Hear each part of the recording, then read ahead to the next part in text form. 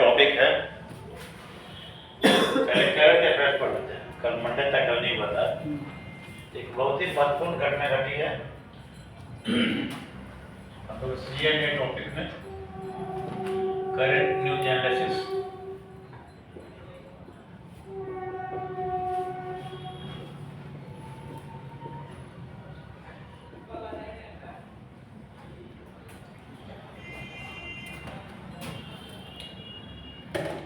इस सप्ताह की सबसे महत्वपूर्ण घटना घटी है बांग्लादेश में चुनाव और उसका परिणाम। और बांग्लादेश का नई सरकार जो बनेगी उसका भारत पर क्या असर हो सकता है, तो हम लोग उसको डिटेल्स में आज डिस्कस कर लेते हैं।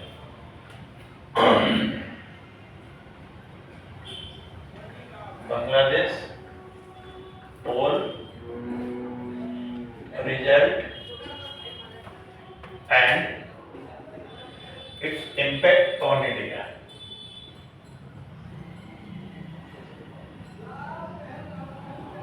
यानी कि बांग्लादेश का चुनाव, इसका परिणाम और वहाँ जो नई सरकार बनेगी उसका भारत पे क्या असर हो सकता है, भारत पर क्या असर होगा, भारत से उसके संबंध कैसे होंगे।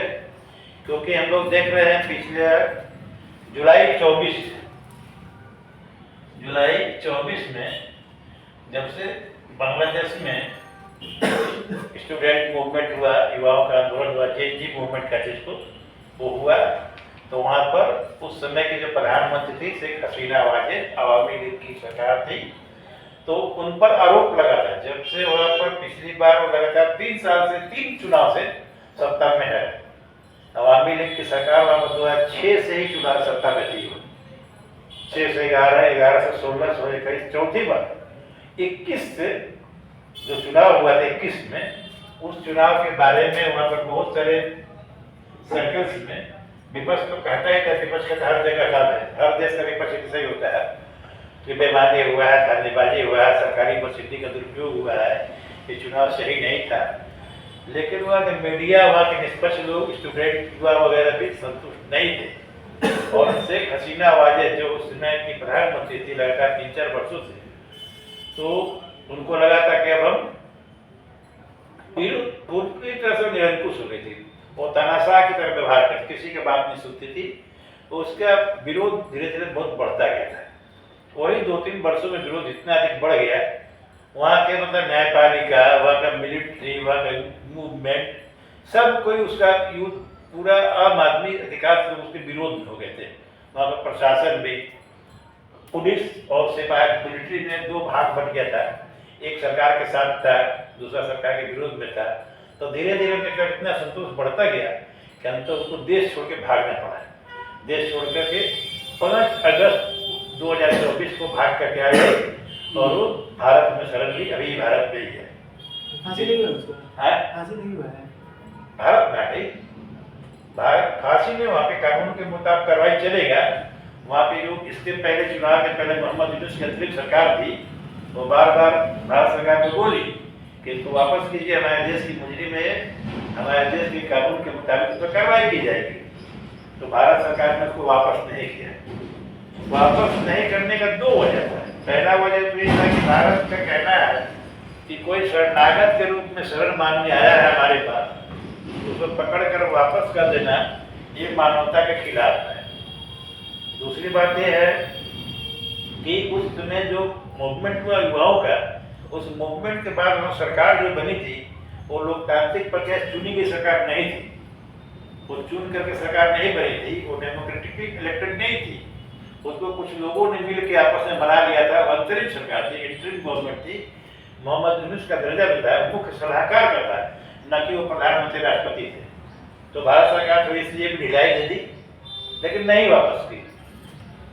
अब यही देखना है कि नई सरकार जो आज शपथ ग्रहण ले लेगा, पर आज 17 फरवरी है, 17 फरवरी को ही शपथ ग्रहण लेगी। तारिक रहमान वहाँ प्रधानमंत्री बनेंगे। भारत में दिल्ली में आती होगी ना? हाँ, भारत में दिल्ली में होती होगी ना? हाँ, दिल्ली उसको एक हाई प्लेस पर रहती है, उसको सेक्रेट प्लेस है, कोई जानकारी नहीं है, लेकिन दिल्ली के आसपास ही। उसका खर्चा कौन उठाता होगा? भारत सरकार देख, चाहे वहाँ का दूतावास का भारत सरकार देगा, खुद देगा। ये सब चीज़ें गुप्त रखी जाती है, सबको बताया नहीं जाता है। ये काफ़ी तरह की गोपनीय चीज़ें होती हैं। एक बहुत पुराना उदाहरण है दलाई लामा का। दलाई लामा 50 के दशक से ही तिब्बत पर जब चीन ने आक्रमण किया, चीन पर कब्जा कर लिया, तो तब से ही दलाई लामा भारत में रह रहे हैं। दलाई लामा के नेतृत्व में तिब्बत की निवासी सरकार चलती है धर्मशाला में। हिमाचल प्रदेश में एक धर्मशाला है, हिमाचल प्रदेश तिब्बत सीमा से लगता है। तो धर्मशाला में अपने दलाई लामा अपने बहुत सारे समर्थकों के साथ, शिष्यों के साथ आ गए थे और अभी भी धर्मशाला में रहते हैं। धर्मशाला में दलाई लामा के निर्वासित गवर्नमेंट इन एग्जाइल कहते हैं उसमें अंग्रेजी में, government in exile Dalai Lama चलाते हैं। तो भारत सरकार के पास एक कोई गलपुर भी है कि किसी देश की राजनीतिक व्यवस्था से त्रस्त होकर के, उससे पीड़ित होकर के कोई व्यक्ति हमारे पास आकर शरण मांगता है, तो मानवता का शरण देते हैं, उसको उस देश को वापस न किया जाए। हालांकि दलाई लामा के मुद्दे पर ही भारत से 62 में चाइना वार हुआ था। चीन का युद्ध जो भारत से हुआ था 62 में, उसका बहुत बड़ा कारण दलाई लामा ही थे। तो बांग्लादेश से ऐसी स्थिति नहीं आई। अब देखते आगे क्या रवैया होता है। खैर, हम टॉपिक पर आते हैं। जुलाई 24 के बाद में वहाँ जो मूवमेंट हुआ, उससे शेख हसीना वाले से सरकार गिर गई और वहाँ पर मोहम्मद यूनुस के नेतृत्व में एक इंटरिम गवर्नमेंट बनी। ये मोहम्मद यूनुस आम आदमी नहीं है, ये विशेष आदमी है। नोबेल पुरस्कार को मिला था ग्रामीण अर्थव्यवस्था इकोनॉमिक्स के क्षेत्र में। यह यूनुस बहुत वहाँ का एक नामी हस्ती है और आम सहमति से इनको मुख्य सलाहकार यानी प्रधानमंत्री की तरह का पद है, लेकिन चूंकि निर्वाचित किसी से प्रधानमंत्री नहीं कहा गया, मुख्य सलाहकार के रूप में काम किए, तो प्रधानमंत्री की तरह हैसियत थी। तो इन्हीं के नेतृत्व में 12 फरवरी को वहाँ पर चुनाव कराया गया। ठीक है, 12 फरवरी को चुनाव कराया गया और 13 फरवरी को परिणाम आया। परिणाम में वहाँ के संविधान चुनाव के बारे में जान लेते हैं। बांग्लादेश में कुल 350 सीटें संसद की। वहाँ की संसद को जातीय संसद कहते हैं, जातीय संसद। इसमें 350 सीट है, उसमें 300 सीट का चुनाव होता है और 50 सीट के बारे में बात करते हैं।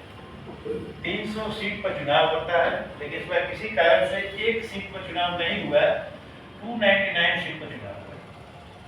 चुनाव में दो मुख्य दल थे, दो मुख्य मतलब गठबंधन थे। शेख हसीना वाजेद की जो पार्टी थी अवामी लीग, जो पिछले 3-4 चुनाव से लगातार जीत रही थी, उसको मोहम्मद यूनुस की सरकार ने प्रतिबंधित कर दिया। कहा कि भ्रष्ट तरीके अपनाती है, पार्टी ठीक नहीं है, राष्ट्र विरोधी है, इस पर नरसंहार का आरोप है, इस पर चुनाव की नियमों का उल्लंघन करने का आरोप है। बहुत सारे झूठे सच्चे आरोप लगा करके इनकी पार्टी को चुनाव लड़ने से रोक दिया गया।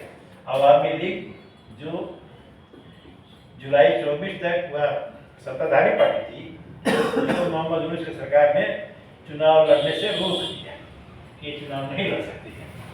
तब वहाँ पर मुख्य रूप से दो ही गठबंधन चुनाव लड़े। एक BNP Bangladesh nationalist party, BNP Bangladesh nationalist party, ये चुनाव लड़ी। और दूसरा गठबंधन था जमात इस्लामी, जमात इस्लामी। यह 11 पार्टियों का गठबंधन था, पार्टी का गठबंधन, जैसे इंडिया में गठबंधन 11 पार्टियों का समूह था।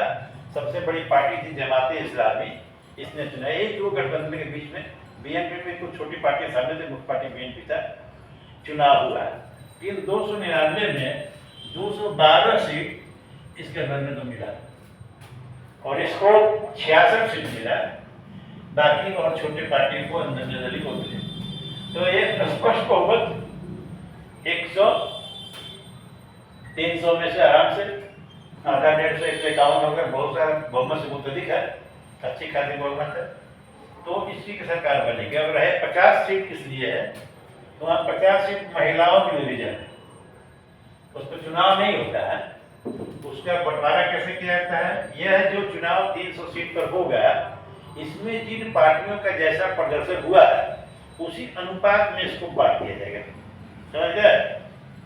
यस समझ गए सर।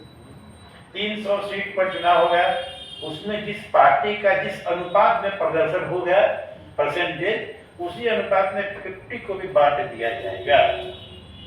यानी कि स्वाभाविक इसको ज्यादा सीट मिलेगा, इस पर महिलाओं में भी इसको कम मिलेगा। उसी अनुपात में जिस अनुपात में परिणाम है, उसी अनुपात में इस 50 का बंटवारा कर दिया जाएगा जब महिलाओं को सीट है। तो यह चुनाव परिणाम हो गया। अब यहाँ पर बीएनपी चुनाव जीत गई।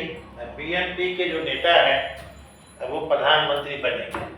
अब थोड़ा बीएनपी के बारे में जान लेते हैं, बीएनपी के नेता के बारे में लेते हैं।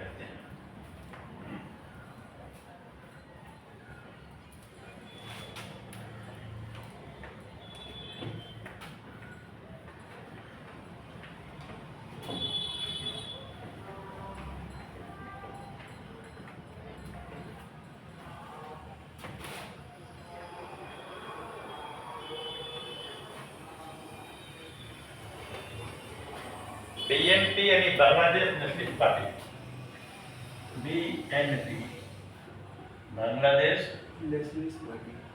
Nationalist party.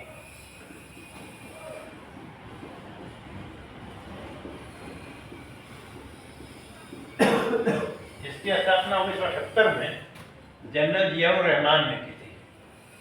General Ziaur Rahman एक कौन थे? एक सैन्य शासक थे, सैनिक जनरल थे। प्राय पाकिस्तान में भी देखते ऐसे ही होता है, बांग्लादेश में इसी प्रकार का परंपरा रही है। तो जनरल जियाउर रहमान ने इस पार्टी की स्थापना की थी। सत्ता हथियारे थे जनरल के रूप में। बाद में उन्होंने अपना चोला बदल के राजनीतिक नेता का चोला पहन लिए और राजनीतिक पार्टी की स्थापना की 1977 में, बांग्लादेश नेशनल पार्टी। और फिर वो राष्ट्रपति बन गए। इसी पार्टी के अपने हिसाब से चुनाव कराया अपने तौर तरीके से, और ये राष्ट्रपति बन गए बाद में। ठीक है। उस दिन के बाद इनकी पत्नी वहाँ की प्रधानमंत्री के मरने के बाद बेगम खालिदा जिया, अभी 30 जनवरी को मरी थी, न्यूज में थी। 30 दिसंबर को इसकी मृत्यु हो गई, बेगम खालिदा जिया। ये पीएम बनी। ये इनकी पत्नी थी। ठीक है, ये इनकी पत्नी थी। इन्हीं दोनों का बेटा है तारिक रहमान। तारिक रहमान, यही व्यक्ति बांग्लादेश के नए प्रधानमंत्री बनने जा रहे हैं। New PM Bangladesh nationalist party चुनाव लड़ी। इनकी मृत्यु हो गई 30 दिसंबर 25 को। 1-2 महीने पहले 23 दिसंबर 30 दिसंबर को इनकी मृत्यु हो गई। इनके जीतने का कारण ये है तारिक रहमान। क्यों जीत? थोड़ा संक्षेप में समझते हैं बांग्लादेश के इतिहास। जनरल जियाउर रहमान राष्ट्रपति थे। बाद में इनका भी तख्ता पलट करके इनसे नीचे स्टेट उनके अंडर में काम किया व्यक्ति था lieutenant general H M. Ershad, Hussain Muhammad Ershad. Lieutenant general H M. Ershad, उसने इसका तख्ता पलट, इसको मार के इसका तख्ता पलट के खुद राष्ट्रपति बन गए थे। ठीक है। एक खालिदा जिया के प्रधानमंत्री बनने के पहले इसने इसका तख्ता पलट के राष्ट्रपति बने। इतने ताकतवर हो गए, बहुत दिन तक 9-10 साल तक शासन किए। इतने ताकतवर हो गए कि अब वहाँ पर जो है शेख हसीना वाजिद थी, जो मुजीबुर रहमान की बेटी। मुजीबुर रहमान कौन है? बांग्लादेश के संस्थापक, पहले राष्ट्रपति संस्थापक, उनकी हत्या की गई थी। तो इनका विरोध करने के लिए बेगम खालिदा जिया और शेख हसीना वाजिद, शेख हसीना, यह दोनों मिल गए। दोनों मिल करके इनका विरोध। बेटी थी। हाँ, ये शेख मुजीबुर रहमान की बेटी थी और बेगम खालिदा जिया रहमान की पत्नी थी। ये दोनों महिलाएं मिल करके, शेख मुजीबुर रहमान बांग्लादेश के पहले राष्ट्रपति थे और बांग्लादेश संस्थापक भी थे। मुक्ति संग्राम करके पाकिस्तान से आज़ादी प्राप्त की 71 में, उन्हीं की बेटी है। उनको सब परिवार हत्या कर दिया गया था पूरा, लेकिन ये विदेश में तीसरी बच गई थी। तो एच.एम. इरशाद का ये दोनों महिलाओं ने मिलके विरोध किया, दोनों में अच्छी अंडरस्टैंडिंग बॉन्डिंग हुई। बाद में जब ये हट गए तो बारी बारी से कभी एक कभी एक कभी एक कभी ये प्रधानमंत्री बनने रहे। लगभग 35 साल के बाद बांग्लादेश को नया पुरुष प्रधानमंत्री मिला है। 35 साल के बाद इन 35 सालों में कभी ये पीएम, कभी ये पीएम, कभी ये पीएम, कभी ये पीएम बनते रह गई। शुरू में एच.एम. इरशाद के खिलाफ इनकी दोस्ती हुई थी, बाद में आपस में ही कटुता हो गई, राजनीतिक प्रतियोगिता हुई लोगों में, तो एक दूसरे के खिलाफ हो गई। इनकी पार्टी का नाम बीएनपी और इनकी पार्टी का नाम अवामी लीग। बांग्लादेश की यही दो प्रमुख पार्टियां थी। तो बैन हो गई है। ये इससे का सीधा बैन हो गई है। हाँ, ये बैन हो गया। इस बीच में यही दोनों पार्टियां थी और एक के बीच में चुनाव लड़ाई होता था। 2001 से लेके 6 तक ये सत्ता में थी। 6 के बाद लगातार ये थी 24 तक। इनके बीच के लड़ाई होती थी हसीना वाजिद और खालिदा जिया के बीच में। इसके लिए एक पॉलिटिकल सर्कल में नाम दिया गया था बैटल ऑफ बेगम्स, बेगमों का लड़ाई। द बैटल ऑफ बेगम्स एक पॉपुलर टर्म था। इनके लड़ाई को कहा गया था द बैटल ऑफ बेगम्स।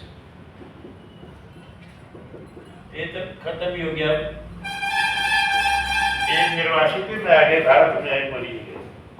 तब पहली बार ये मर गई तो इनके बाद इनके पुत्र जो थे, इस अवधि में जब अवामी लीग की सरकार थी तो इनके खिलाफ तारिक रहमान के खिलाफ बहुत सारे केस चल रहे थे। बाद में के बताएंगे डिटेल से।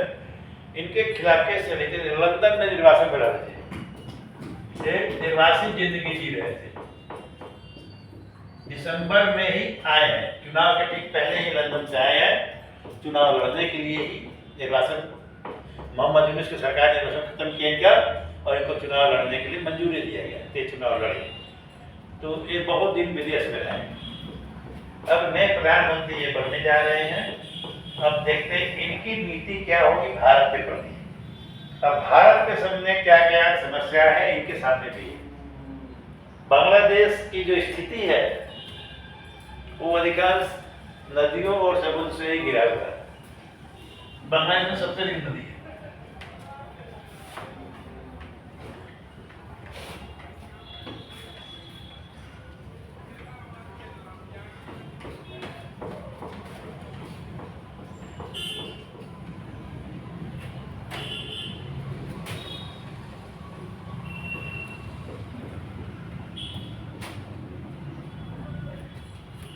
बांग्लादेश का लगभग 94% सीमा जो है वो इंडिया से मिलता है।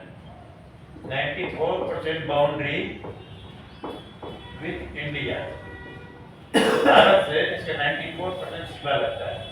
तो स्वाभाविक बात है कि जिस देश का 94% सीमा इंडिया से लगता हो तो इंडिया से संबंध सुधारने पर ही यकीन रखेगा।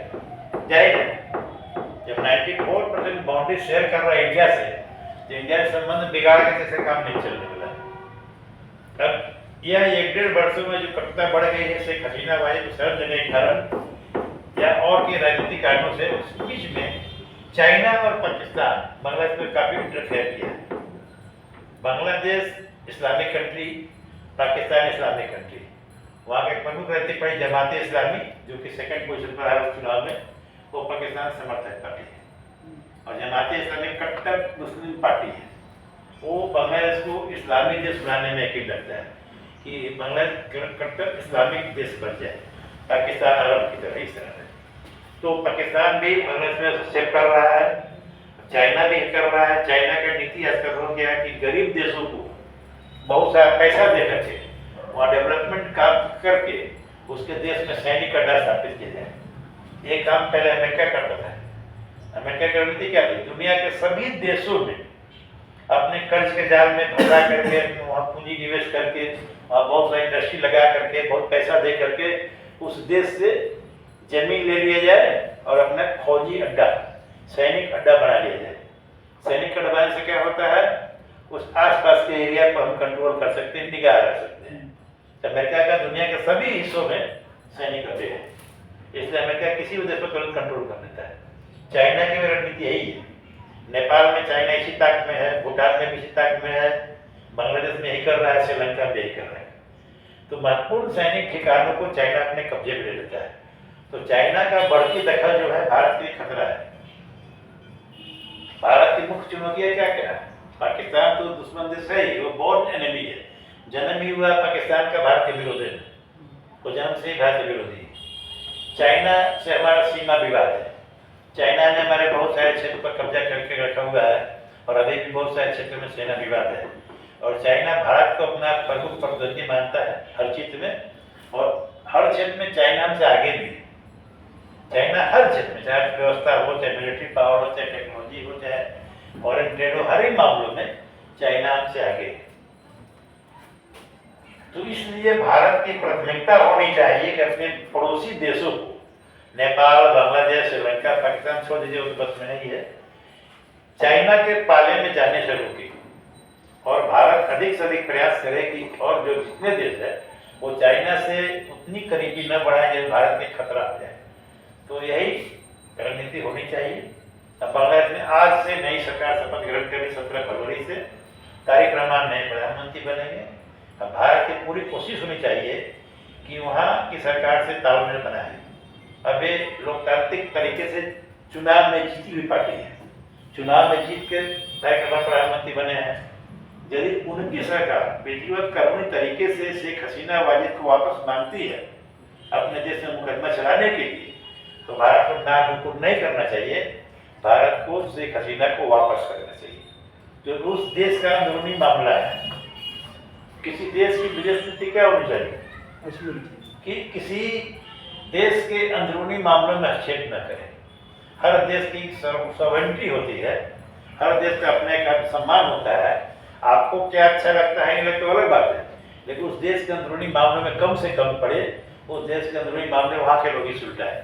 तो वहाँ के कानून के मुताबिक यदि शेख हसीना पर कार्रवाई की जाती है तो भारत को उदारता दिखाते हुए शेख हसीना को वापस कर देना चाहिए।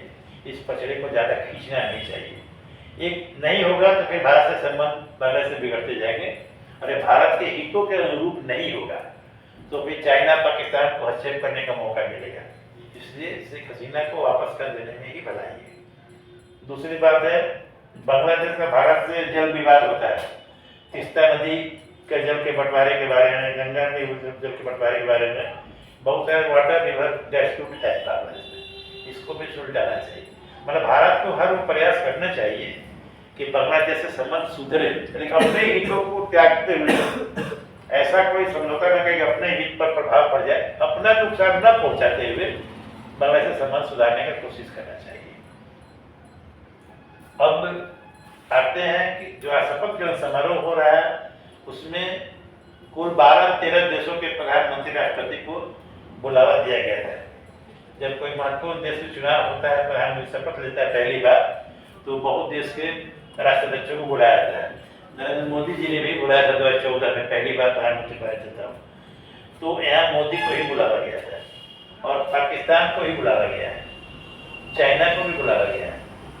तो पिछले लगभग 11 वर्षों से इंडिया और भारत के प्रधानमंत्री एक साथ नहीं मिलने से परहेज करते हैं। अच्छा भी नहीं है, संबंध भी ठीक नहीं है। तो एक इस कारण से मोदी ने नहीं जाने का फैसला किया, क्योंकि पाकिस्तान के प्रधानमंत्री शहबाज शरीफ भी जा रहे हैं। तो एक प्रोटोकॉल होता है कि सभी लोग आकर हाथ मिलाइए, फोटो खिंचाइए, एक साथ दिखिए। मोदी उससे बचना चाह रहे हैं, नहीं जा रहे हैं। अपनी जगह एस जयशंकर को, विदेश मंत्री को भेज रहे हैं।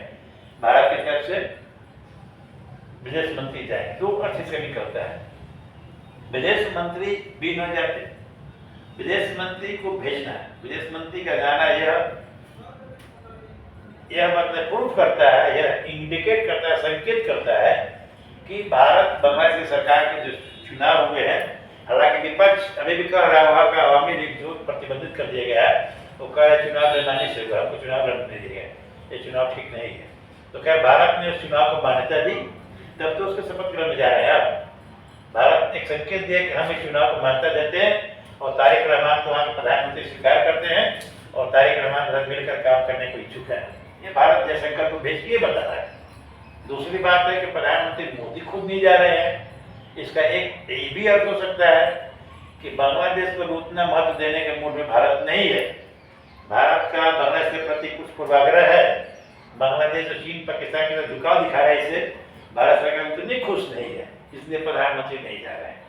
हालांकि आधिकारिक रूप से ये कहा गया है कि प्रधानमंत्री मोदी की आज के लिए जो तय एजेंडा है, तय शेड्यूल प्रोग्राम है, वो यह है कि आज ही 17 तारीख को फ्रांस के राष्ट्रपति इमैनुअल मैक्रों आ रहे हैं भारत।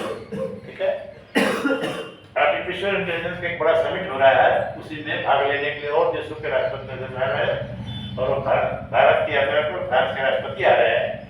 नरेंद्र मोदी आज बॉम्बे में उनको रिसीव करेंगे और बॉम्बे में मीटिंग है फ्रांस के राष्ट्रपति के साथ। बात सही है, यह जो तय था वो बांग्लादेश चुनाव के पहले से ही तय था।